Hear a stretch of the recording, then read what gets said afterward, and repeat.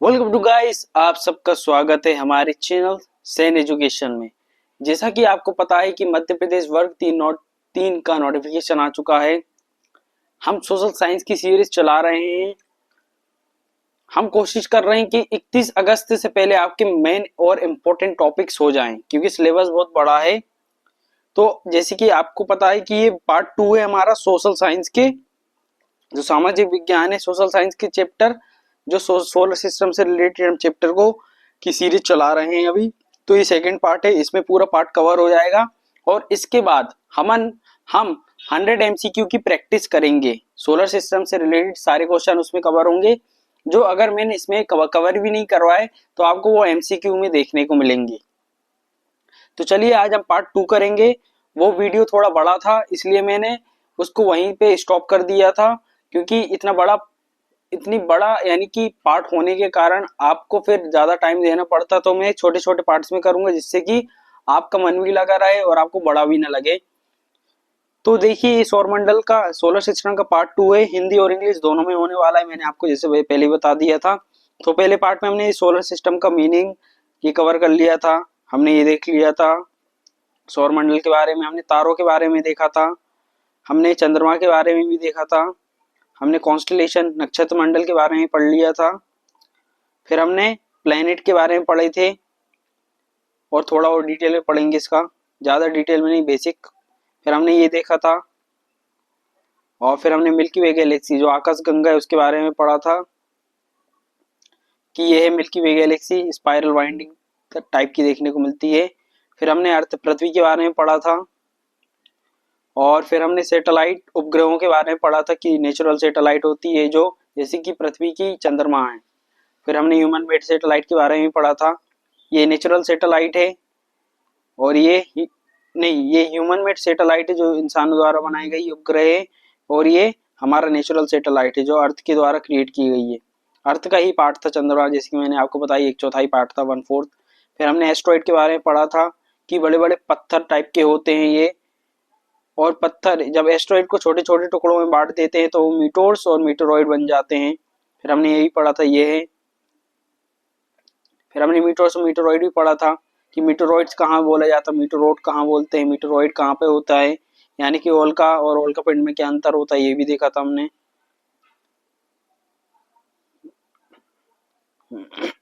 हाँ, हम रुके थे तो कॉमेट्स पे, धूमकेतु पे। तो आज की क्लास हम सोलर सिस्टम वाला पूरा चैप्टर कंप्लीट हो जाएगा आपका। फिर इसके बाद एमसीक्यू भी आएंगे, आपको मल्टीपल चॉइस क्वेश्चन आएंगे, वो भी हिंदी और इंग्लिश में होंगे, जिससे कि आपने जितना पढ़ा हो आप उसकी प्रैक्टिस कर सके। वैसे एमसीक्यू बहुत इंपॉर्टेंट है, आपको वो अटेंड करने ही होंगे, क्योंकि आप प्रैक्टिस भी तो करना चाहते हैं। और हम हर चैप्टर की कोशिश करेंगे कि 100 एमसीक्यू आए, कोशिश अपनी पूरी जारी है। तो अगर आपने चैनल को लाइक नहीं किया तो लाइक करें, अपने दोस्तों को शेयर करें जिनको इस चीज की जरूरत है। और ये किसी भी कॉम्पिटेटिव एग्जाम में जहाँ सोलर सिस्टम वाला चैप्टर है, ज्योग्राफी आती है, तो आप किसी भी टीचिंग एग्जाम से रिलेटेड, एसएससी से रिलेटेड, यूपीएससी से रिलेटेड एग्जाम में भी आप इसके कंटेंट को पढ़ सकते हैं। तो हम कमेंट्स की बात करते हैं, चलिए। थोड़ा गला खराब है, फिर भी हम करेंगे। तो कॉमेट्स क्या होता है? कॉमेट्स और डर्टी स्नोबॉल्स बोल सकते हैं। डर्टी का मतलब ये है कि धूमकेतु या गंदे बर्फीले गोले। तो क्या होता है? Are mostly made of dust. तो किससे बने होते हैं? ये गोला टाइप का रहता है जिसमें आपको धूल, डस्ट देखने को मिलेगी, यानी कि धूल से बने होते हैं। इसमें कुछ पत्थर के कण रहते हैं, पत्थर रहते हैं, और आपको बर्फ का गोला देखने को मिलेगा। तो आइस से तो ऑब्वियसली, जब बर्फ का गोला बोला तो बर्फ से बने हुए रहते हैं। तो dust, rock and ice and can range from a few miles to tens of miles wide। ये कुछ मील से लेकर दर्जनों मील तक हो सकती है इनकी चौड़ाई, यानी कि बहुत बड़े बड़े हो सकते हैं भाई। 3-3, 4-4 किलोमीटर के भी हो सकते हैं, 1 किलोमीटर का भी हो सकता है, तो ऐसा 1.5-1.5 किलोमीटर के भी हो सकते हैं। तो कॉमेट्स क्या होता है? धूमकेतु क्या होते? गंदे बर्फीले गोले, जो कि किससे बनते हैं? डस्ट, धूल से, चट्टानों से और बर्फ से बने होते हैं। तो ये इसका मीनिंग था। When they orbit closer to the sun, तो ये क्या करते हैं? ये ऑर्बिट करते हैं, ये चक्कर लगाते हैं सन का, सन के चारों ओर घूमते रहते हैं।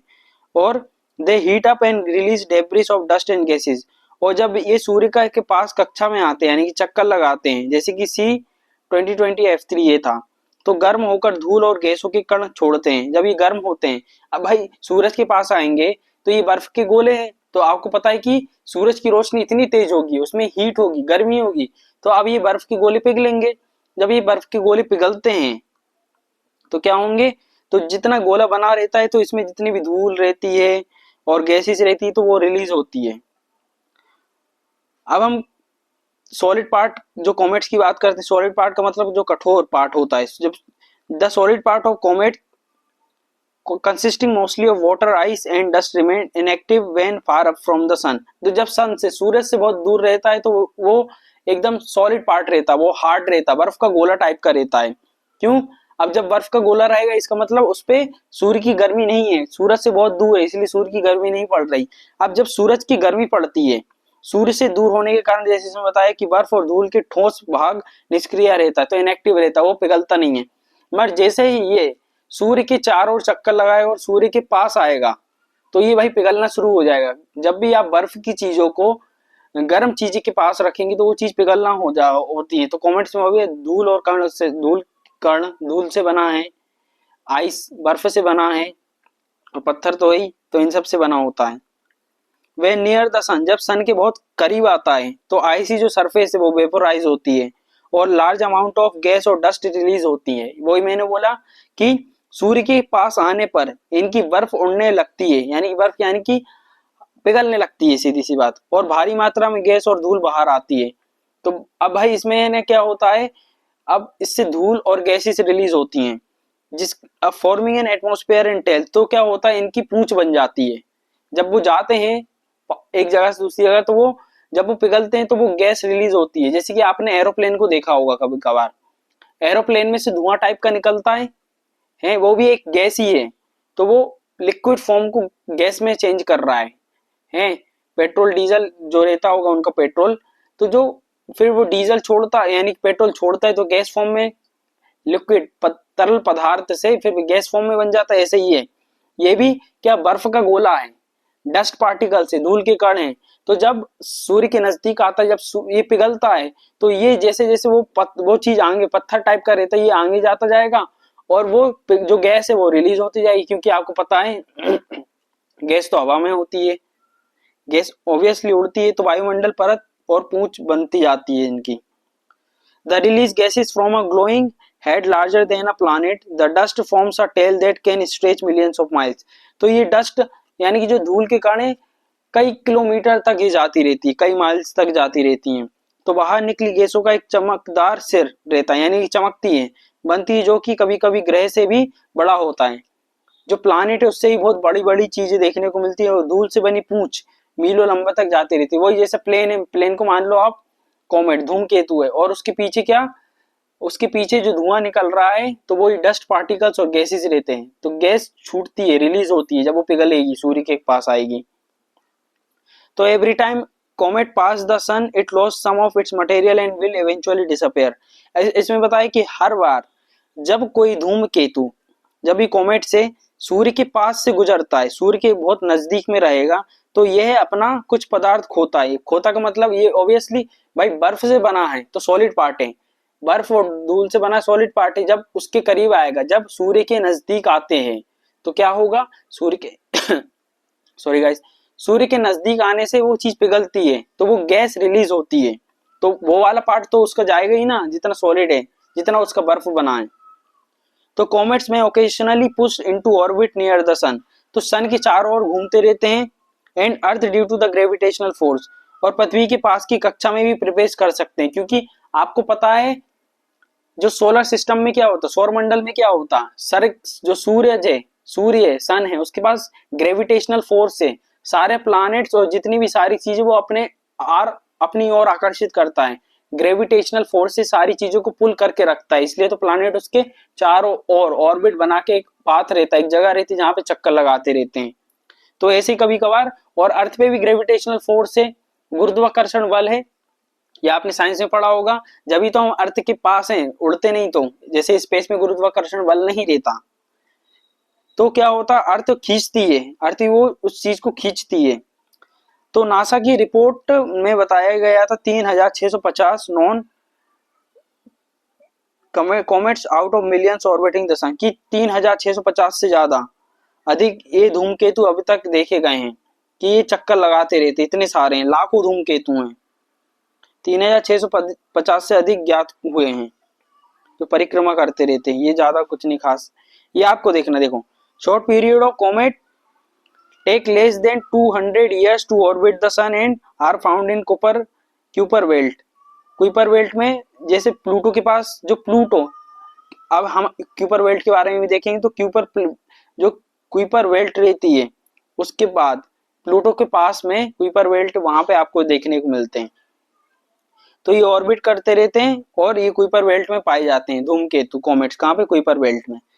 तो इनका शॉर्ट पीरियड कितना होता है? कम से कम 200 साल लगते हैं सन का एक चक्कर लगाने में। सन का एक चक्कर लगाने, जैसे हम चक्कर लगाते हैं ना हमारे 365 दिन में, ऐसे भाई क्यूपर बेल्ट तो बहुत ज्यादा है, तो वो चक्कर सन का लगाएगा 200 साल। तो ये कम अवधि के धूमकेतु हैं, उससे भी ज्यादा होते हैं, हजारों हजारों साल ले लेते होंगे। तो कुइपर बेल्ट के बाहर देखने को मिलेंगे। ये हमारे जितने भी ग्रह हैं, प्लूटो के भी बहुत अभी मैं बताऊंगा, उसमें आपको समझ में आएगा। तो अब इसमें बताया एक फेमस धूमकेतु है, बहुत ही पॉपुलर, जैसे कि हेलिस कॉमेट। एक कॉमेट है, उसका नाम हेलिस है। इस short period comet seen every 76 year. तो हर 76 साल में हेलिस कॉमेट्स देखी मैंने, इसके लिए इस पे हाईलाइट करके रखा। ये आपको याद करना, हेलिस कॉमेट। तो हेली का धूमकेतु एक कम अवधि वाला धूमकेतु, यानी कि शॉर्ट पीरियड वाला है। शॉर्ट पीरियड का मतलब कम समय वाला, ये हर 76 साल में देखने को मिलता है। तो भाई साहब, ये 2062 में देखने को मिलेगा। अगर हम रहेंगे तो 2062 में हम देखेंगे ये धूमकेतु को, यानी कि इसके पहले भी आ चुका है। तो इसके पहले कब आया होगा? इसके पहले अब 2062 में दिखेगा, तो इसके पहले 1986 में आ गया होगा। 1986 में दिखा था, 1986 में। ये भी पूछा जाता है कि हेली कॉमेट है, यानी कि जो हेली का धूमकेतु है 2062 में तो आएगा, मगर उससे पहले हर 76 साल में आता। तो 2062 से आप 76 साल कम कर दीजिएगा, तो कितना? 86 आ जाएगा, 1986, ऐसे कुछ होगा। अब long period comets originate in the Oort cloud. अब जो लंबे समय के धूमकेतु हैं, वो 1 लाख खगोलीय पिंड इकाई, एस्ट्रोनॉमिकल यूनिट है जो नासा ने बताई है, कि दूरी पर होते हैं, कि बहुत दूरी होती है, हम मेजर भी नहीं कर सकते। Comets in the Oort cloud can make up to 30 million years to orbit the sun. अब ये बोल रहा है जो कॉमेट्स एक है, एक धूमकेतु ओर्टो क्लाउड, वो 30 मिलियन ईयर्स लगा देता है एक पूरा सन का चक्कर लगाने में। 30 मिलियन, 30 बिलियन, 3 करोड़ वर्ष लगा देता है। भाई ये तो है, अलग ही लेवल का है। तो अब इसमें विजिबिलिटी बताई कि comets don't emit their own light. Comet जो धूमकेतु है अपनी स्वयं की रोशनी नहीं छोड़ते। जो रोशनी हम देखते हैं भाई, सूर्य के प्रकाश का परावर्तन है। जो सूर्य से रोशनी रिफ्लेक्ट होती है, जब भी सूर्य के पास कोई भी चीज जाएगी तो वो चीज रिफ्लेक्ट करती है, तो उसके कारण एनर्जी एमिट होती है। जो गैस मॉलिक्यूल है वो छोड़ते हैं, वो जाते हैं, रिलीज होते हैं। तो गैस के अणुओं द्वारा उत्सर्जित ऊर्जा होती है जो देखने को मिलती है।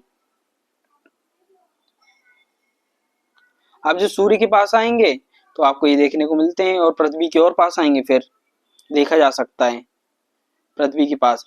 अब हम पढ़ते हैं ग्रह का। तो प्लैनेट्स के बारे में हमने पढ़ लिया कि 8 प्लैनेट हैं, मरकरी, वीनस, अर्थ, मार्स, जुपिटर, सैटर्न, यूरेनस और नेपच्यून, यानी कि बुध, शुक्र, पृथ्वी, मंगल, बृहस्पति, शनि, अरुण, वरुण। तो planets move around the sun in elliptical orbit.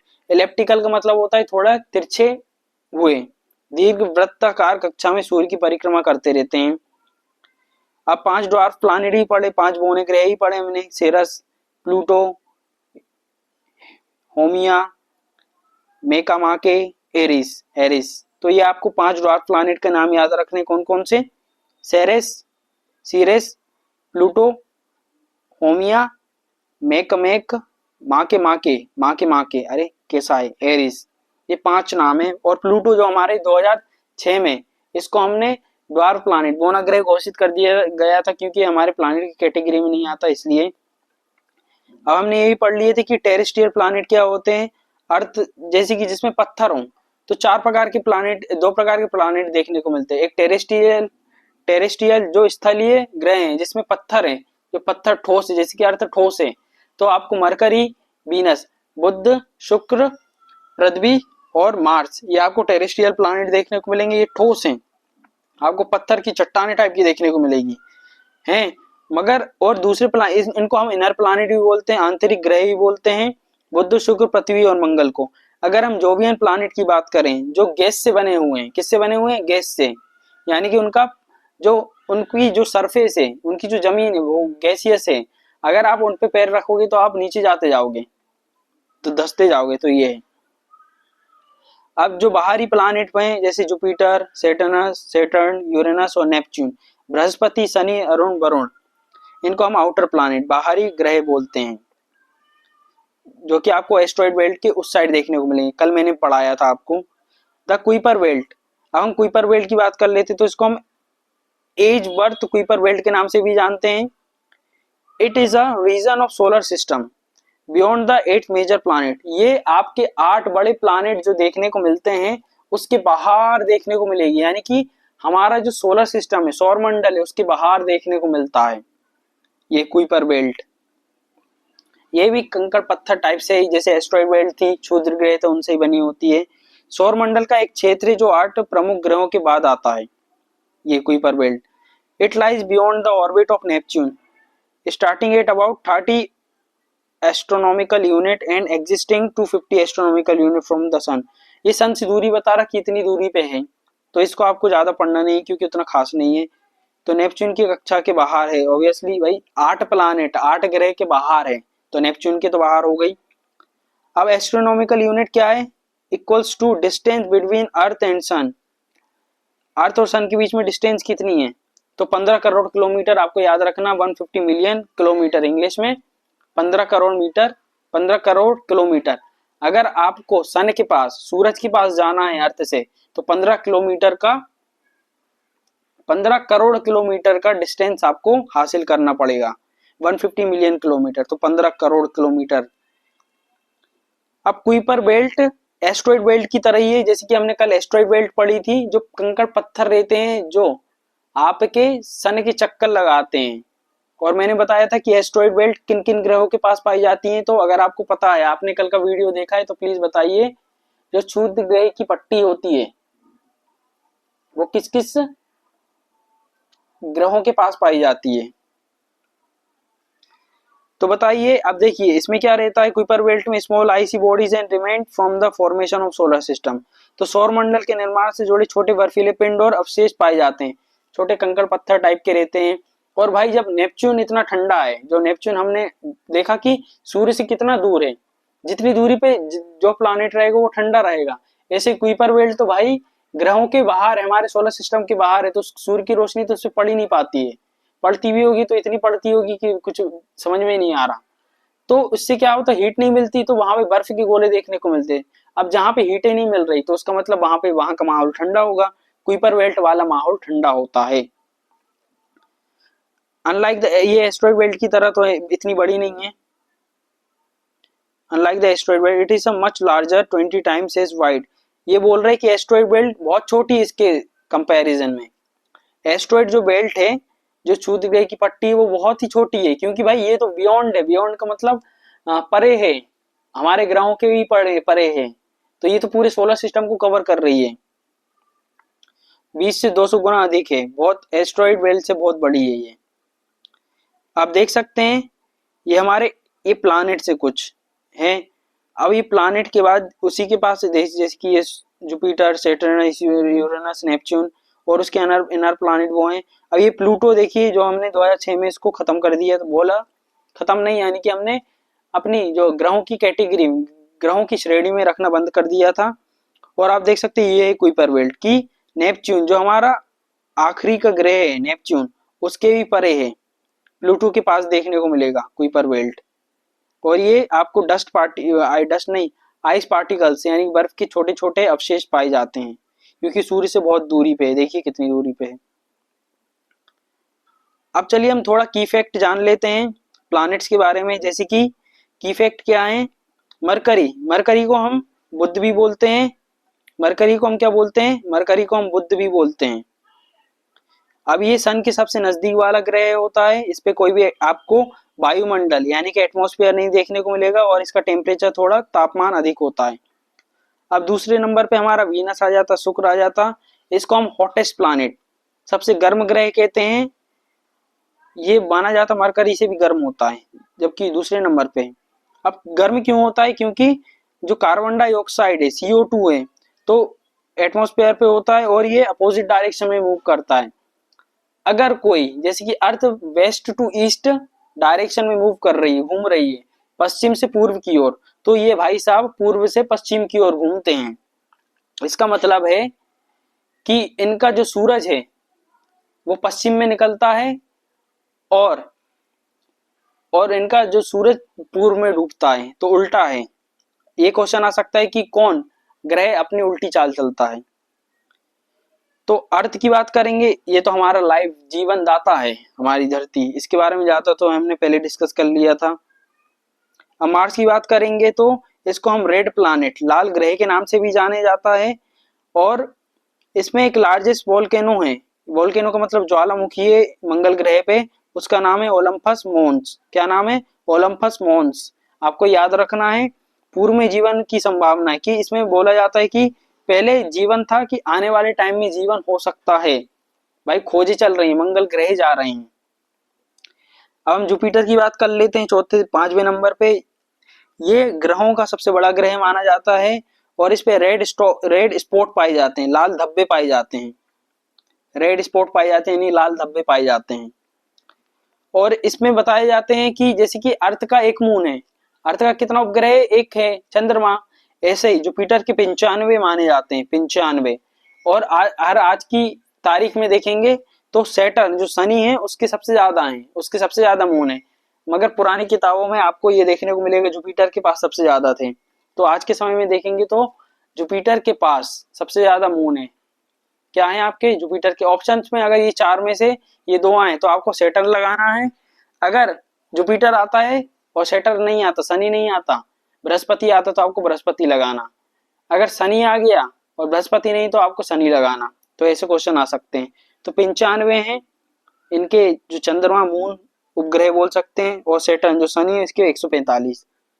अब और भी ज्यादा हो गए हैं। अब यूरेनस की बात कर लेते हैं। तो ये हमारा 7वें नंबर का ग्रह है। Rotate on it's side, pale blue colour का है। और मीथेन आइजेंट, जो कलर मीथेन पाया जाता है, कलर उसका मीथेन के कारण हो जाता है जो ब्लू कलर का। अब नेपच्यून की बात कर लेते हैं। सबसे आखिरी वाला ग्रह है जिसको हम वरुण भी बोलते हैं। यूरेनस का वरुण बोलते हैं, इसको वरुण बोलते हैं। ये सबसे सारे ग्रहों से सबसे दूर है सूर्य से और डार्क ब्लू कलर का है। सूर्य से सबसे दूर है और सबसे तेज हवा, गहरा नीला रंग भी इसी में है। तो आप देख सकते हैं, एक और बार मैंने ये बता दिया कि मरकरी, वीनस 108, अर्थ 150, मार्स 228। किलोमीटर बता रहा है करोड़ों में कि कितने किलोमीटर, कितने करोड़ किलोमीटर दूर है। तो ये तो भाई बहुत है। हम 150 यानी कि 15 करोड़ किलोमीटर दूर हैं। 150 मिलियन बताया है इसमें। 150 मिलियन में 15 करोड़, 15 लाख करोड़ होता है। अब इसमें ये बताएं कि जैसे कि आप देख सकते हैं मरकरी जो बुध होता है वो सन का 1 ऑर्बिट अराउंड द सन, सन के 88 दिन में ये सन का पूरा चक्कर लगा लेता है। और खुद का चक्कर 29 दिनों में लगाता है। समझ रहे हैं? 29 दिनों में, 29 नहीं 59 दिनों में। अब वीनस की बात कर ले तो 255 दिन में वीनस जो शुक्र है वो पूरा सन का, सूर्य का चक्कर लगाता है। और 243 दिन में अपना खुद का एक स्पेन करता है, स्पिन यानी कि 1 स्पिन ऑन एक्सिस खुद। और उसको एक दिन पूरा करना है तो 243 दिन लग जाते भाई साहब। अब हम अर्थ की बात कर ले तो अर्थ में तो 365 या 366 दिन होते हैं। जो सूर्य के पूरे चक्कर लगाने में 365 या 66 दिन लगते हैं, जिसको हम लीप ईयर भी बोलते हैं 366 दिन में। और इसका एक मून है। कितना चंद्रमा? वही चंद्रमा है, चंद्रमा है हमारे अर्थ। तो 24 घंटे में तो ये एक चक्कर लगा लेता खुद का। और जब सन का सूर्य का चक्कर लगाने में 365 या 66 दिन लगते हैं। ऐसे ही हम मंगल ग्रह का देख लेते तो मंगल ग्रह हमसे भी डबल है भाई साहब, 687 दिन लग रहे हैं इनको सूर्य का एक चक्कर लगाने में। और खुद का एक चक्कर एक दिन में हो जाता है, बस अर्थी की तरह है। और इनके दो मून हैं यानी कि दो चंद्रमा, उनके नाम भी देखेंगे क्योंकि ये सीधा सीधा क्वेश्चन आता है। जुपिटर को तो इतने मून है कि उनसे तो पूछे ही नहीं, पॉसिबल ही नहीं कि पूछें। अब जुपिटर जो वन ऑर्बिट अराउंड सन, सन का एक चक्कर, सन का पूरा एक चक्कर 11 साल 11 महीने और 11 साल 11 महीने में लगाता है। तो 12 साल ही मान लो, 12 साल में लगा रहा भाई साहब। और खुद का एक चक्कर लगाने में भाई 9 घंटे में उसका एक दिन हो जाता है। जैसे हमारे 24 घंटे होते, उसका जुपिटर का जो बृहस्पति वो 9 घंटे और 56 मिनट में खुद का एक चक्कर लगा लेता है। हमारे यहाँ पे एक दिन होता है, इनके 3 दिन हो जाते होंगे उसी के बराबर। और ये बता रहे इसमें 53 मून्स तो मैंने बता दी कि इसके 95 चंद्रमा है। ऐसे शनि 29 साल लगते भैया सन का एक पूरा चक्कर लगाने में, और ये 10 घंटे में खुद घूम जाते हैं। हमारे यहाँ का एक दिन 24 घंटे में होता है, ये 10 घंटे में कर रहे हैं और 29 साल लग रहे हैं भैया इनको एक पूरे चक्कर लगाने में। अब हम वरुण की बात कर लेते हैं, अरुण की बात कर लेते हैं। तो इनको 84 दिन लग जाते हैं पूरा सूर्य का एक चक्कर लगाने में, और 17 घंटा में खुद का एक चक्कर लगाते हैं। ऐसे नेपच्यून की बात कर लेते हैं, अरुण वरुण, तो 164 साल लगते भैया इनको एक चक्कर लगाने में। देखिए आप कितनी दूर हैं, तो इतने समय तो लगेगा। और 16 घंटे में ये अपना खुद एक चक्कर लगा लेते। और मैं आपको रिंग्स की बात करता हूँ कि आपको जुपिटर जो बृहस्पति है, शनि है और अरुण है यूरेनस है, तो इनमें आपको ऐसा रिंग देखने को मिलेगा जैसे कि आप शनि में देख सकते हैं ये रिंग। तो इसमें डस्ट पार्टिकल्स रहते हैं, गैसेस रहते हैं, आइसिस रहते हैं, तो इसके कारण ये देखने को मिलता है। तो आपको सैटर्न में सबसे ज्यादा, फिर जुपिटर और अरुण में देखने को मिलेगा यूरेनस में। हम ये देख लेते हैं कि मार्स जो मंगल है उसके दो चंद्रमा हैं, दो सैटेलाइट हैं। कौन सा? फेबोस और डीमोस, फेबोस और डेमोस, DIMOS, फेबोस और डीमोस। आपको ये याद रखना, फेबोस और डीमोस ये मंगल ग्रह के जो मार्स है उसके दो सैटेलाइट हैं। जैसे हमारा एक चंद्रमा है, ऐसे इनके दो चंद्रमा हैं, फेबोस और डीमोस नाम है, याद रखिए भैया। Mars is known as the red planet because iron mineral. अब मार्स को, जो मंगल ग्रह है, उसको हम लाल ग्रह क्यों कहते हैं? लाल ग्रह इसलिए कहते हैं कि आयरन की मात्रा ज्यादा है उसमें। अब ये बताते हैं कि जुपिटर इतना बड़ा है, बृहस्पति ग्रह इतना बड़ा है कि हमारी 1300 से ज्यादा पृथ्वी बन जाएंगी। जुपिटर का एक दिन 10 घंटे में होता है, ये तो हमने पढ़ लिया। चलिए अब ये थोड़ा लास्ट है, अब हम सूर्य के बारे में थोड़ी स्टडी कर लेते हैं भैया, सूरज के बारे में, नहीं तो भैया सूर्य देवता बुरा मान जाएंगे। तो चलिए हम थोड़ा पढ़ लेते हैं। तो इसमें हम क्या पढ़ेंगे? इसमें पढ़ेंगे sun is a G type main sequence star yellow dwarf. तो आपको तो ये पढ़ना है कि सन एक तारा है, सन क्या है? एक स्टार है, सूर्य एक तारा है। ये जितना भी सौर मंडल है उसके बीच में रहता है, क्योंकि इसके चारों ओर जितने भी क्षुद्र ग्रह है, कॉमेट्स हैं, नक्षत्र मंडल है, जितने भी ग्रह हैं, तो इसके चारों ओर घूमते रहते, वही बीच में रहता है। और मैंने बताया कि अर्थ से 15 लाख करोड़ किलोमीटर दूर है 150 मिलियन किलोमीटर दूर। इसमें 149 बताइए, अपने हिसाब से बता रहे हैं। और इसका लगभग व्यास कितना है? 13.9 लाख किलोमीटर का जो डायमीटर है। और 99.86% जो सोलर सिस्टम है इसका टोटल मास है, इतना भैया द्रव्यमान। इसका टेम्परेचर माना जाता है 5500 डिग्री सेल्सियस। यहाँ तो 50 में बैंड बच जाती, वहां तो 5500 डिग्री सेल्सियस का है। अब कोर टेम्परेचर देखें तो 1.4 करोड़ डिग्री सेल्सियस। जो इसका कोर का है उसका 15 मिलियन 1.5 करोड़ डिग्री सेल्सियस है। अब भैया सूर्य किससे बना होता है? तो सूर्य हाइड्रोजन और हीलियम से बना होता है। 74%, 74% हाइड्रोजन है, 24% हीलियम है। अब एनर्जी सोर्स न्यूक्लियर फिजन है, फ्यूजन। और 4.6 बिलियन ईयर्स अगो, इसकी वर्तमान आयु कितनी है? 4.6 अरब साल पहले भैया, 460 करोड़ साल पहले बन चुका था।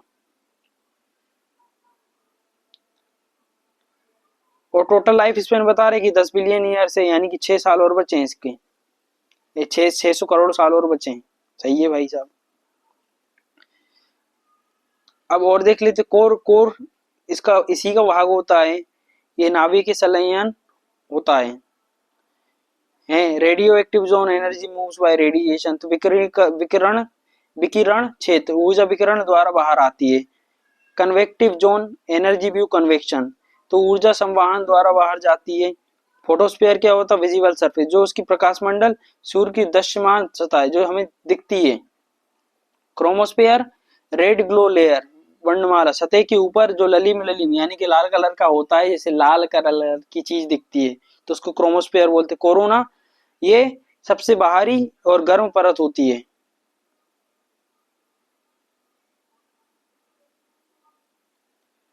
तो हम देख लेते सबसे गर्म परत होती है। सनस्पॉट क्या होता है? सनस्पॉट सूर्य के धब्बे ठंडी और काली जगह पे होता है, वहां पे भी थोड़ी बहुत जगह ठंडी होती है, काली जगह पे सनस्पॉट बोलते हैं। सोलर फ्लेयर्स जो एनर्जी निकलती, तो ऊर्जा विस्फोटक, जैसे कि आप देख सकते हैं इसमें से एनर्जी निकल रही है इसके चारों ओर। प्लाज्मा इंजेक्शन भी होता है, सोलर विंड भी चलती है, पार्टिकल फ्लो होते हैं, अवशेषित कणों। ये देखिए भाई साहब, ये सूर्य की तस्वीर है, ये हमारे अर्थ है, पृथ्वी है। तो देखिए सोलर फ्लेयर से निकल रहे हैं। तो चलिए ये आज का यहीं तक था। आई होप आपको ये सेशन पसंद आया होगा। सो प्लीज लाइक शेयर और सब्सक्राइब कर दीजिए। ऐसे ही आने वाली यूनिट में हम सोलर सिस्टम सौर मंडल से रिलेटेड एमसीक्यू करेंगे। अगर आपको पसंद आया हो तो लाइक शेयर और सब्सक्राइब कर दीजिए, क्योंकि बहुत मेहनत लगती है इनको बनाने में। धन्यवाद।